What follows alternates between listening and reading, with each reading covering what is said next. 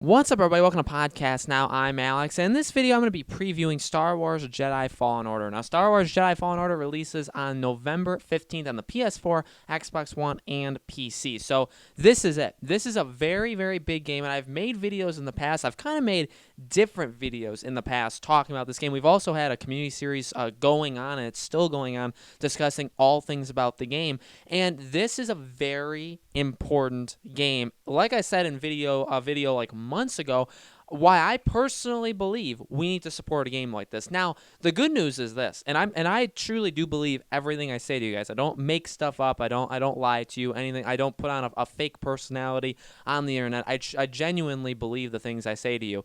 I'm very excited about this game. I get more excited as the days go on. I've gotten more excited for every trailer. I know the E3 thing, and even right before E3 when they first announced this game and they showed it, it was honestly underwhelming. We even made videos saying it was underwhelming, and I thought it was too. I was like, I think I expected just so much from it. I don't think what they showed was bad. I just thought that it wasn't like spectacular.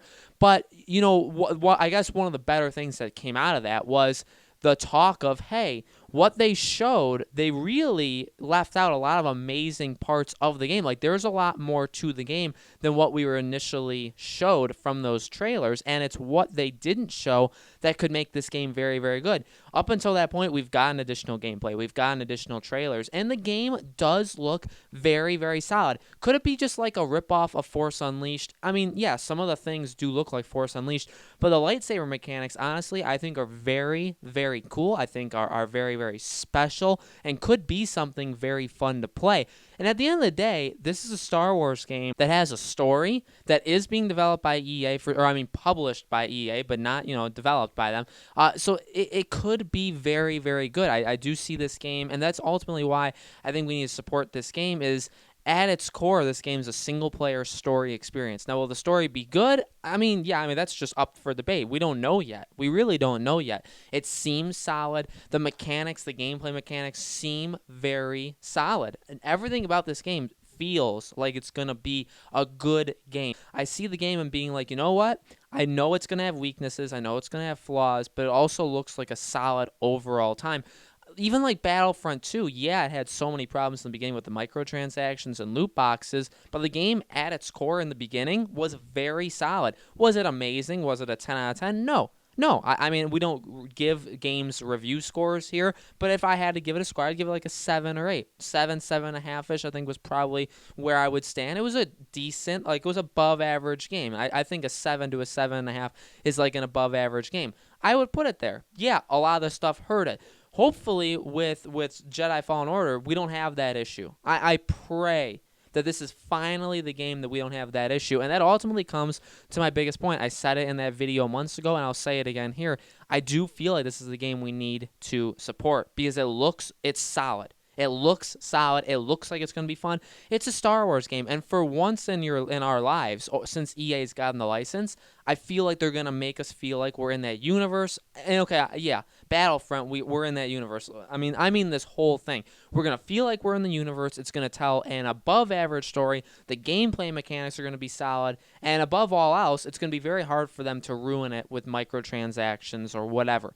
Could they? Yeah. I haven't looked into it deep enough. I don't know if there is anything hidden in this game that you may have to get the microtransactions. To me, it seems like a straightforward, just story game. And I hope we're not past the point in the world of gaming that people have rejected this kind of game. No multiplayer aspect, just the story.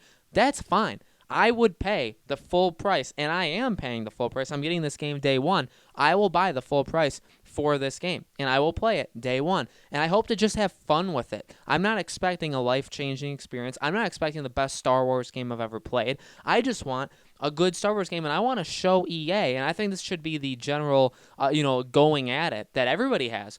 We need to show EA that this is the kind of direction we want them to go. It's tricky because I don't necessarily want to say this is the game we want, because if the game is subpar, if the game is average, we obviously want a superior product to that going forward, But the direction, the general landscape, the general genre that this game is a part of, this is what we want. We'll take good Battlefront games, games that don't have microtransactions, and I do like what they've done since then. You know, every single hero and villain has been free. You have to earn it in in-game currency, but it's really not that hard to get in-game currency. It's rather easy. So I think they've done pretty darn good since then. It was just the beginning. But I also want story games, and I think if this game sells well enough, now, and that could be a fantasy. EA could be expecting this game to sell 12 million copies, and it'll sell like 8, and it'll be amazing, and that's an amazing achievement from anybody, and then EA will be like, well, it sold 4 million under, just like the Battlefield thing, right? Battlefield sells 7 to 9 million, maybe even 10, but they wanted 13 or 15, and it's like, that's just wildly too high. It could be something like that, but at least it's like, all right, we sell 5 to 10 million copies of this game. It's like, we will buy story-driven Star Wars games. I think a lot of people will buy a story-driven Star Wars game. And also, what would be a testament is if it sells that much in when it's coming out. This game comes out 1 week after Death Stranding. This game comes out the same day as Pokemon Sword and Shield. This game comes out 1 week before Doom Eternal. November and Shenmue 3.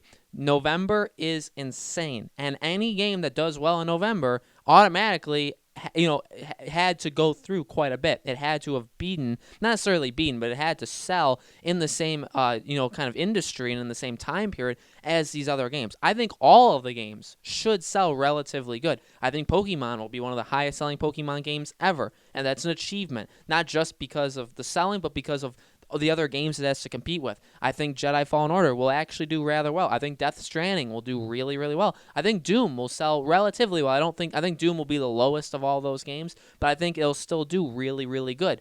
I mean, this is a prime opportunity for us to show EA that we want these kind of games going forward, that we want story-driven, character-driven, but with twists, kind of Force Unleashed twists, where he's really good with the Force. The lightsaber is very, very cool. It's got a different kind of combat style. I think the combat style in this game is really, really clever, but it's also got platforming, and it also has other kind of moving around mechanics, like literally traversal mechanics, that they really don't show much, but are actually quite good, like quite different and quite good. So I think this game has everything it needs to be an above-average game. Is it going to be a masterpiece? No. Could it hold some surprises in it? Yes. Do I think it could end on a cliffhanger? I actually kind of hope it does. Not a huge one where it's like, we'll give you the rest of this game in DLC, or we'll give you the rest of this game in a second game. No, tell a good game, have the ending, but you could set up a second game. I will be totally cool if you set up a second game, because I'll take a second game. I'll take more games like this, in the genre that this game is trying to be. So, guys, let us know in the comments below. What do you think about all that? Are you guys excited for Jedi Fallen Order? Are you guys going to get it? What's holding you back if you're not getting it? All those things, let us know in the comments below. Make sure you guys subscribe to our YouTube channel Podcast Now. Hit that bell icon so you guys know when these videos go up. And thank you, as always, for watching. I hope to see you all on the next video.